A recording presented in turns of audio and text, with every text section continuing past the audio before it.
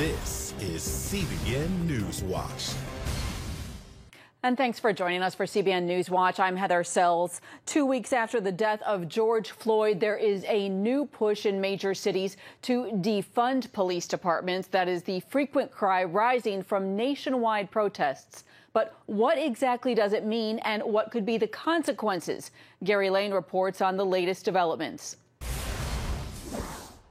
In Minneapolis, members of the city council gathered with a group of peaceful protesters in Powderhorn Park, where they promised to bring change to the toxic relationship with police in their city. And we're going to create a fear-free future where every life is truly protected and respected.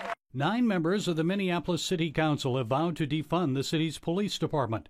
They say years of racism and mistreatment of minorities, culminating in the suffocation death of George Floyd, have led to this moment.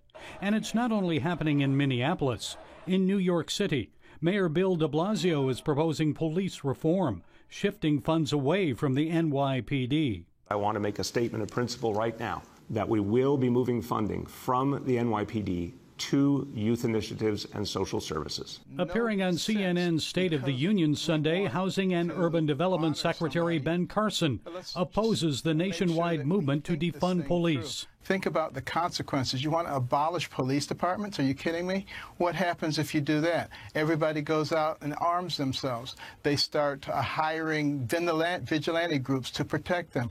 We have total chaos going on.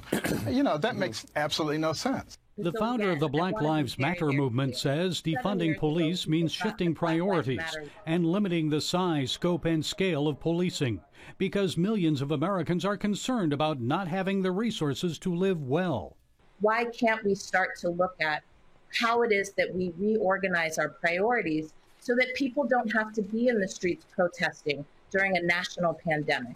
Appearing on the Kojo Nemdi show, Washington, D.C. Police Chief Peter Newsham cautioned lawmakers to be careful moving forward. The number one thing that contributes to excessive force in any police agency is when you underfund it. If you underfund a police agency, that impacts training, that impacts hiring, that impacts your ability to develop good leaders, thoughtful leaders. Democrats in the House are proposing new legislation which would make it easier to prosecute police accused of violating civil rights. Critics say it is aggressively anti-police, and it is certain to receive resistance from Republicans and police groups. Around the country, violent protests are lessening, and even the National Guard is leaving Washington, D.C., where protesters on Sunday turned to prayer, seeking God to provide justice and calm to a nation in need of peace. Similar scenes in other parts of the nation. In Cary, North Carolina, some police officers taking a knee and reportedly washing the feet of community leaders in a sign of humility and service. In Norfolk, Virginia, more than 50 area churches held a peaceful prayer march throughout downtown. In Houston, George Floyd's hometown, a 6-hour viewing is open to the public. A private funeral and burial will be held Tuesday. Gary Lane, CBN News. Well, we are joined now by Eric Phillips, our national security correspondent. Eric, thanks so much for joining us. We have seen a lot of protests since that powerful video was released of George Floyd being held by police saying that he can't breathe. What is the momentum like at this point? Do you expect more protests this week? Yeah, I think that we're already seeing more protests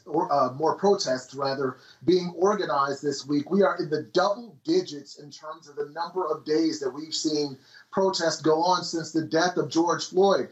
But I think that we have kind of turned the corner in a way, Heather, in terms of how these demonstrations are carried out. At first, we saw the looting and the rioting that everyone talked about so much, the burning of buildings and the destruction of property.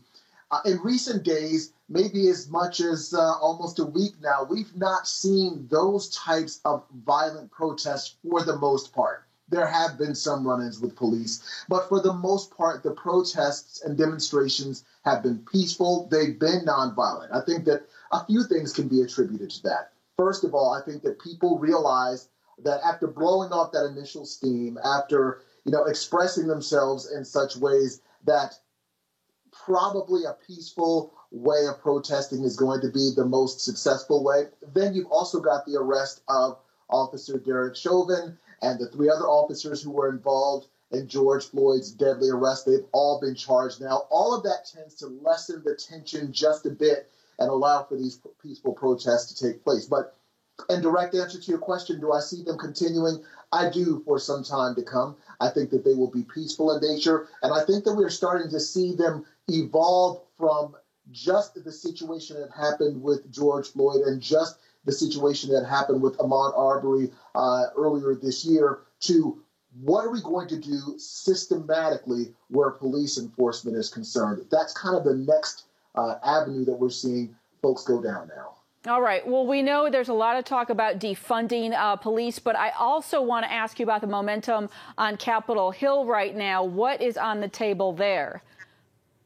Well, we're talking about the Police Reform Act of 2020. The Democrats in Congress have just, introduced this bill today after taking a knee for 8 minutes and 46 seconds, the amount of time that the officer had his knee on George Floyd's neck. After doing so, they announced that they wanted these sweeping reforms made in terms of police, and they don't want any chokeholds. They don't want anything that would allow an officer to put the knee on the neck of somebody who they're arresting. They want to make sure that there is appropriate reporting in terms of officers who might go from one police department to another. They want there to be the creation of a national database where you can't have, a quote-unquote bad cop just leave one department and go to another and continue to do the same thing. They also want it to be such that anything that happens in these police departments is certainly very closely scrutinized. And they want to see that money that would normally go to the police department sort of spread out to other programs, whether they be housing, whether it be education, community programs, that they say really those are the issues that are impacting our communities that make our police departments have to do what they're doing right now, which some would argue is not really being done in a good and effective way. So all right. Well, Eric, we are out of time, but I know we're all hoping that lawmakers on both sides of the aisle can agree here on hopefully a lot of points. Thank you so much for your time. All right. Thanks. Well, for more on this story and other political coverage, tune into Faith Nation this evening. You can watch it right here on the CBN News Channel. We have indeed grown used to seeing images of protests around the country, but in Cary, North Carolina, there was an especially poignant moment at a unity prayer walk this weekend. As part of the event, police and others washed the feet of two black pastors, asking for forgiveness. And those pastors, Dr. Faith and Pastor Soso Wakoma of Legacy Center Church, join us now to talk about what happened. Pastors, thanks for joining us. Thank you for having us. Thank you for the opportunity. This was a community event, and it sounds like the foot washing really was a powerful moment. How did that come about? Yes, so this was an event that was put together not just by our church. We took lead, but several other pastors of other races, and they initiated, they had the desire to do the foot washing. As we were planning, they were also very cognizant that it may seem insignificant or not authentic. So we actually talked through it, and we said, if you feel like the Lord is leading you to do this, we're all in it. And what was it like for you to have your feet washed and to be asked for forgiveness? For me, it wasn't anything about me. It was so much as though I was seeing centuries and decades of history, flash by my mind, and just imagining what our ancestors who lived 200, 300 years ago would think of this moment, seeing this time when the Caucasian brother is significantly and symbolically asking for repentance on behalf of that race for the African-American race. And it was just so much of a powerful moment. I don't know that words will fully describe the thoughts that I felt at that time. That sounds really overwhelming almost. You have received some criticism on social media for participating in this. What is your hope for your community going forward? Yeah, I mean, we did not intend for this to be a media thing. These are friends. We have done life with them. We have walked and talked about race relations with them prior to this moment. And we really are led by the Holy Spirit. And so we understand that sometimes when people don't have the same spiritual background, they don't have an understanding of scripture from the same perspective, they may view it in their own lens. And they have the right to that view. But we know that we felt the presence of the Lord there, and everybody that attended felt the impact. And that's what we are focused on, the coming together of the body of Christ as one. That's really beautiful. Any specific plans for police reform in your community or plans going forward? Yes. We plan to meet with the police chiefs and leaders of our community, creating a roundtable, and first of all, defining the problems, helping us understand gaps in areas where we can partner with the police, law enforcement to help secure the community better. And so this is a long road ahead. This is not a one-time show. It's something that we're going to be actively engaging the community in repairing and building unity in the community. And I'll quickly say this, our community, the police chiefs that were involved already had been working. They already have something in place called Bridge to work with Christian organizations. But this was about all of us coming together, black, white, green, red, and saying we got to do this together. So we have a follow-up discussion coming up at the end of June, and those discussions are going to lead to action. And that is our hope. Well, it's encouraging to hear your story, pastors. Thanks for your time. Thank you. Thank you so much. As the country continues moving forward with reopening, the U.S. death toll is topping 110,000, with cases still on the rise in 20 states. Today in New York City, the U.S. epicenter of the virus, as many as 400,000 people were back on the job as the city entered phase 1 of its reopening. Stores are now able to offer curbside pickup, and mass transit is resuming for commuters. Meanwhile, researchers at Boston Children's Hospital and Harvard Medical School say that a new study shines light on the coronavirus timeline in China. The study, conducted at various Wuhan hospitals over several days in October of last year, showed a huge spike in the number of people seeking medical attention. And that was nearly 3 months before the Chinese government officially announced the existence of the virus. Well, in New Zealand, a major milestone. As of today, no active cases of COVID-19. Health officials say it has been 17 days since the last new case was reported, and while 40,000 have been tested in that time. New Zealand's prime minister said she was confident the country has completely halted the spread of the virus after the last known infected person recovered. More phases of reopening began at midnight. I encourage you to buy, play and experience New Zealand Made to get our country moving again. Consider it an extra form of support to visit our country, to buy our local products and to support our local businesses. For my part, this week is about the government's recovery efforts and focus on jobs. And since the start of the pandemic, New Zealand has seen a low number of 1,500 positive cases and 22 deaths. Well, the former tropical storm Cristobal has weakened to a tropical depression as it moves further inland across the U.S. After crashing ashore Sunday in Louisiana, it led to dangerous weather farther east, sending waves crashing over Mississippi beaches, swamping parts of an island town in Alabama, and spawning a tornado in Florida. That was one of 8 confirmed tornadoes hitting Florida this weekend. Hey, Penny, get inside. Get inside, girls. After causing so much damage throughout the South, the storm is now heading north, and it could possibly reach as far as Wisconsin. Coming up, how one community is reacting after a retired police captain in Missouri lost his life during protests over the death of George Floyd. But before we go to break, here's a look at what's trending on CBNNews.com.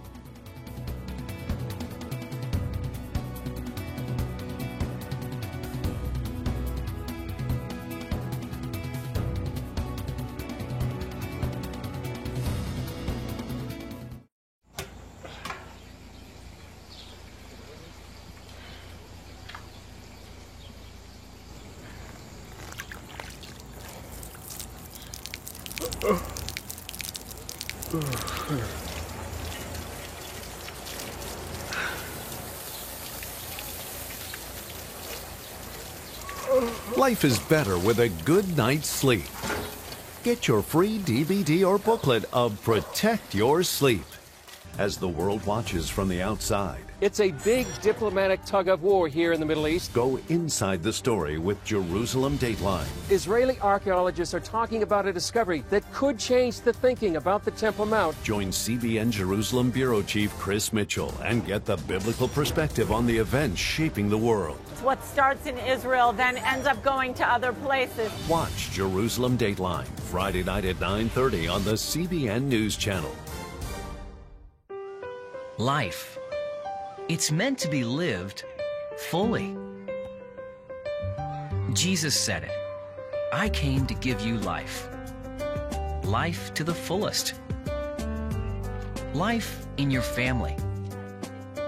Life in your finances. Life in your body, mind, and spirit. Life in your everyday.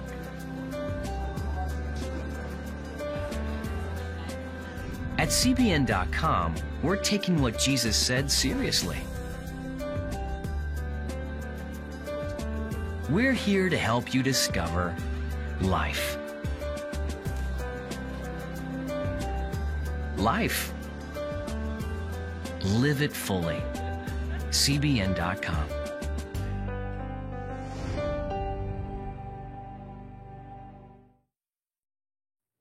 Protests over the death of George Floyd have resulted in the deaths of innocent victims in some cases.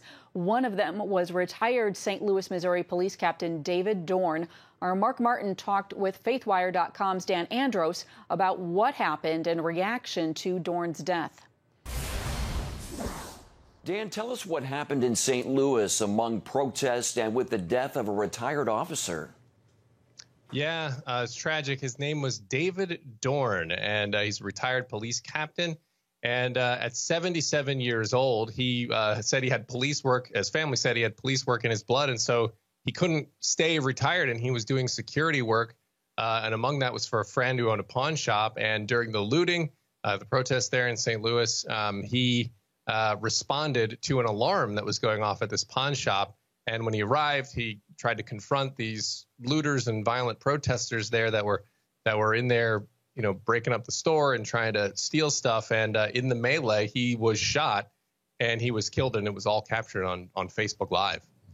That's horrible. Has Dorn's death received national attention by the media? Yeah, this one has really struck a chord, of course, for a lot of reasons. One, because he was an officer who was a public servant for his whole life, and by all accounts was a great man. And he, of course, himself is black. So again, another one of these stories where the people that are, you know, acting out violently don't seem to have any care or concern about the particular race of someone involved, which, of course, all of these protests have stemmed from the death of George Floyd, a black man at the hands of a white police officer. So it kind of flies in the face of this movement here to see another black person being fatally wounded for trying to do the right thing. Police across the nation, despite attacks on them, like in this case, they do continue to stand against the brutality, right? Yeah, that's one positive in this. We're seeing a lot of positive videos of police officers interacting with protesters, the peaceful ones who are out there doing the right thing and just letting their issue be heard. And we've seen many great interactions of people praying with officers, people talking with them, laughing with them, making, you know, some fun videos. I saw one of them dancing together, doing sort of a video, music video sort of mashup type thing. And so we're seeing a lot of positive aspects on that. And most of the officers across the country that I've seen are condemning this action that this officer in Minneapolis took. And we've been reporting on Antifa groups traveling to cities to join the protests and commit the violent acts. And they say the violence is necessary to draw attention and peaceful protests aren't enough. Would you say that they're harming the Black Lives Matter message? Yeah, absolutely. They're harming the message because George Floyd's family themselves have been preaching that they don't want any of this violence and that this is not what he was about. And it's taking the story away from the action that happened to George Floyd, the injustice that happened to him at the hands of a police officer, just acting, using excessive force by a long shot. And that issue is being muted and sort of being pushed in the background when we see all these buildings burning down and other people's lives being lost. And so it's tragic all around, and it's definitely not helping. All right, Dan Andros of faithwire.com. Thanks for your insight, sir. All right, thank you. You can catch FaithWire's Faith versus Culture tonight at 9:30 Eastern on the CBN News Channel with Dan Andros and Dale Partridge. Up next, how one World War II veteran made sure not to let the annual commemoration of D-Day in France be forgotten. On October 1st, 1961, history was made when a tiny station began transmitting the first signals of the Christian Broadcasting Network. CBN, the Christian Broadcasting Network. And now, a new era has begun with the all-new CBN News Channel. Just moments ago, the Iron Dome intercepted an incoming rocket right on the Gaza border. Administering in this area, spiritual warfare is definitely involved. A 24/7 news network, bringing you the news you want from a source you can trust. In Kenya, 40% of the medical services are actually provided by these Christian hospitals. Let's talk about the economy. Believers here are joining together to win people to Jesus Christ. All your favorite shows now in one place. Go to CBNNewsChannel.com to find out how to get the CBN News Channel on your TV all day, every day. CBN News.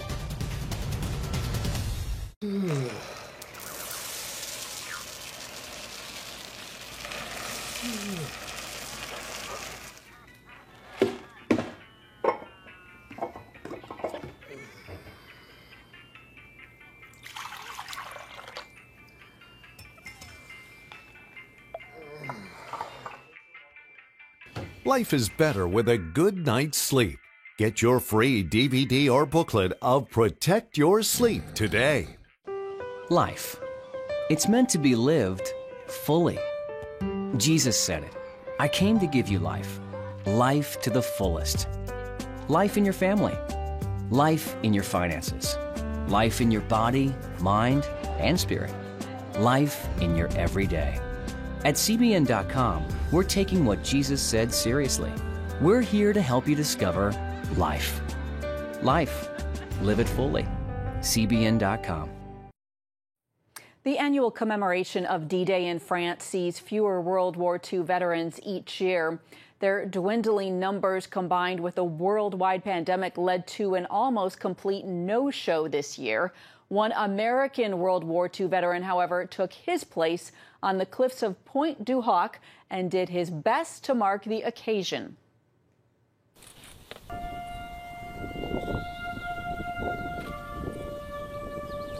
Charles Shea was an Army medic who was in the first wave to wade ashore, dodging relentless fire on D-Day, and who's now living close to Omaha Beach where he landed. He knows of no other U.S. veterans who made the crossing this year. Yes, well, this is a sad year because we have had always a lot of veterans on the 6th of June every year, but it is different this year because of the virus that is going around the world. Everybody has to curtail their travels. Nobody can travel anymore, but we hope to see you all again next year. We will be praying for you and hope that you will be with us next year. Thank you very much. The 95-year-old performed a Native American ritual Friday to honor his comrades, spreading the smoke of burning white sage into the winds lashing the Normandy coast. The eerie atmosphere touches the French as well as the Americans. The son of a local mayor who saw the troops land on the beach in 1944, Remy Hardelet knew the current crisis would cause major disruption, but hadn't quite realized how quiet it was going to be. There's usually a market in military memorabilia by the town hall, and that brings a huge amount of people. But today, it's sad. A mile up the beach, at the Omaha Beach Memorial Museum, Catherine Chartier shared similar feelings from behind a surgical mask. It's sad, but people are very accommodating. When they arrive, they wash their hands without us reminding them, and they arrive with their masks on. The locals in this part of France have come out year after year to show their gratitude for the soldiers from the United States, Britain, Canada, and other countries who liberated them from Adolf Hitler's Nazi forces. The pandemic has wreaked havoc across the world, infecting 6.6 million people, killing almost 400,000, and devastating the world economy. It poses a particular threat to the elderly, like the few surviving D-Day veterans who are now in their late 90s or even older. It's also affected the younger generations, who turn out every year to mark the occasion. Most have been barred from traveling to the windswept coasts of Normandy. I feel helpless because I am getting weaker and weaker, but in my mind, I am still with the young men that paid the ultimate price, and I always think of them, and I always will, as long as I live. For CBN News, I'm Chuck Holton.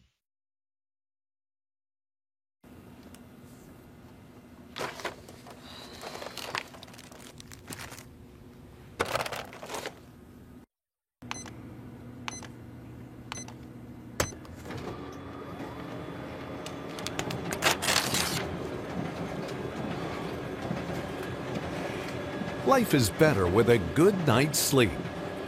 Get your free DVD or booklet of Protect Your Sleep today. I'm Ephraim Graham, and this is Studio 5. Cruise with me as I discover the good things happening in the world of music, sports, television, and movies. The fact that Ryan Coogler was going to be directing the film, I knew that something special was going to happen. We'll chat with artists at the forefront of entertainment and explore the connection between popular culture and faith. I asked my pastor, I said, well, does that mean I'm supposed to be a preacher? He says, well, no, you already have a pulpit. Watch Studio 5 Wednesday night at 9:30. Remember for a moment what it was like to be a child. You believed every story you were told. You saw a world full of endless possibilities. What stories will the world's orphaned and at-risk children believe? We believe the Bible tells the only story truly worth believing. We believe that every child should have the opportunity to dream, the chance to take challenges and turn them into possibilities, the chance to stand on the promises of God, to recognize their place in the greatest story ever told. They have their whole lives ahead of them. Theirs is a world of endless possibilities. They are looking for a story to believe. We will tell them that story. Will you join us?